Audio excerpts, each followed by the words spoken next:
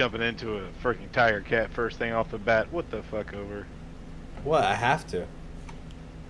Look how Why? cinematic this is. You don't see it, but I'm on your right wing. It's pretty tight. But yeah. Yeah, I'm not Wait, like farther back. Are you though. recording this shit? Am I gonna see this in like one of these videos or something? Like the most random fucking people come up to me and they're like, "Can you tell Slick to go play the Rockets and Panzer Hearts?" And I'm like, "Why the fuck would I do that?" I'm not turning around. Just kidding. Don't say anything about these pimples, man. I don't know. It's like I'm back in fucking high school. So basically, played the T92 and the Tiger Cat. T92 with its heat got buffed a little bit. The heat rounds got buffed. Trust me. Try using Heat FS. It might be Cheat FS again. Hold on. About to turn into Superman. Come on, son.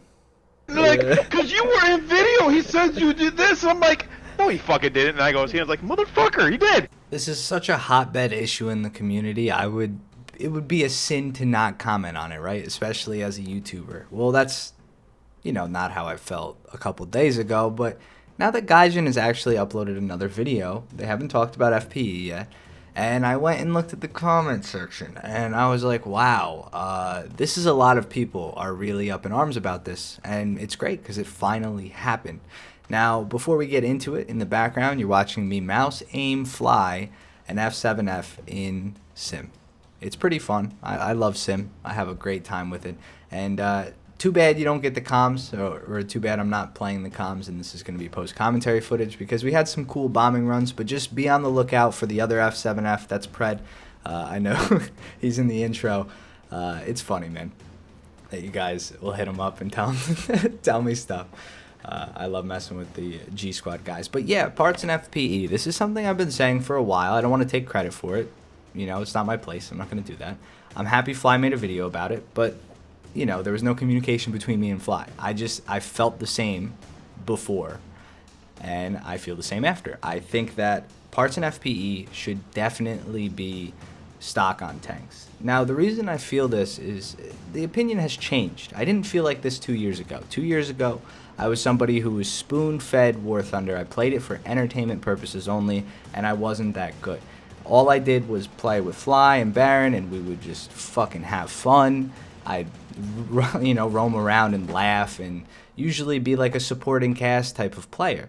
But since I've kind of separated, and Baron no longer makes content, Fly does his own thing now, and I do my own thing, I've noticed that I care a lot about being good at games. I care a lot about being competitive. I found G Squad, and it's kind of like a good home. We shoot the shit with each other. Everybody's pretty old.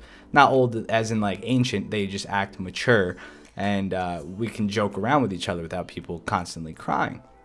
And that's a nice environment. And Sim kind of hid a lot of the problems. But as I've been streaming more and more, I've felt more connected with the community, and I've wanted to start to grind more, and I have been for the past year and a half. I've been grinding a lot of stuff, and that includes stock vehicles, right? That's how you grind. I haven't been modding out all of the vehicles with Gaijin Gold like I used to. I still do it to some vehicles. T80 is a modern example of that. I wanted the T80 day one. That's what I got. But the AMX-40, the M47, the M60, things like this, I play stock. I play these vehicles stock. I grind the parts and FP for them just because I want to relate to the people who watch me and also know what is going on in the game. If I have trouble with something, I can assume that more than half the people are going to be having trouble with it. I'm not the best player, but I'm certainly not the worst. And I think, if something's wishy-washy, I'm not afraid to say it. And grinding right now is very, very tough. Even with a premium and with a premium tank, or a premium tank and premium, you can't really grind out tanks super efficiently. And it's crazy because at tier 1, when you're grinding vehicles, or at least when you used to grind vehicles, you can get a vehicle a match almost. And then the tough part was grinding each vehicle out, getting the modifications. You had to do that on every vehicle, take a couple of games, and then it took like 20 games for a tank, and it'd take like 10 to get a tank. And then it kind of just hits a hard wall around 6.0 where tanks become things that take days of gameplay to receive. And I don't think that these tanks should be cheap and super easy to get for everybody. I don't think somebody should play for a day and have the entire American tree. I don't want Sean to give me a free Abrams. That's not what I'm asking, and I don't think that's what the community's asking. What we're asking is a tank without parts and FPE is a burden to play. It's not only is it not fun, it's a burden to play until you get parts and FP. And most of the time you need to get 3 modifications until that's done, because you need 2 tier 1s to get the tier 2, and FP is always a tier 2. Why is that something? It's a preventative measure for you to die. Parts and FPE aren't adding to the vehicle's survivability. They add to the vehicle's survivability, but they don't add to the vehicle itself. Something like adjustment to fire makes the turret rotation a little bit better. But parts and FPE do the same thing for every vehicle. They let you repair without going to a repair point, and they let you stop a fire twice on your vehicle. I think these are fundamental things. I don't want them to give us all the modules. I don't want modules to be lost. I understand why they're in place and why it's a thing. But if you look at Watt, for example, and I hate to bring it up, but yeah, they're different games. They work kind of off the same mechanic. Think about World of Tanks. Is a repair kit something that you have to grind out on a tank? No. Do they have premium vehicles? Yes. Do they have a lot of vehicles in the game, and is it a pay-to-win game? Some would say it is, but it is definitely a pay-to-progress easier game. And War Thunder's like that too. We don't have problems with that. Watt is a popular game, War Thunder is a popular game. But as it's getting more popular, people are deterred by the fact that they go into a game and they're at such a disadvantage, it's a burden to play. Nobody wants to sit there and fucking cut themselves to play War Thunder. And that's an analogy, but that's kind of what it feels like sometimes.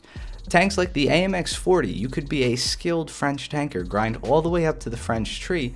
Now you have to deal with a tank that not only doesn't have APFSDS so it's not competitive with the tanks, you don't have parts or FPE either. You get hit once, you're done. There's no issues with that. You're never going to survive a hit unless it's some crazy shot. Usually it will pen and hit your engine regardless. You're stuck, dead in your tracks. Maybe it'll set you on fire. You're dead anyway.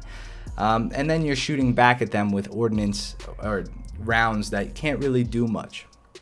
And that's the issue. Grinding the parts and FPE, if they were free, isn't giving everybody in the game their end goal. Nobody comes into War Thunder and says, hey, I'm gonna grind parts and FPE for every vehicle. That's not a thing. So this is my response kind of to the Sean thing that he said on stream. It's very easy, and I used to be in that position, it's very easy when you have everything in the game given to you and spaded to say, hey, just grind it. But my challenge to the guys at the Gaijin team, I want you guys to play a stock Abrams. I want you to play a stock top tier tank. I want you to play a stock mid tier tank. Just try it out in RB, and you'll understand. I think you'll start to understand why people are so frustrated and so outraged.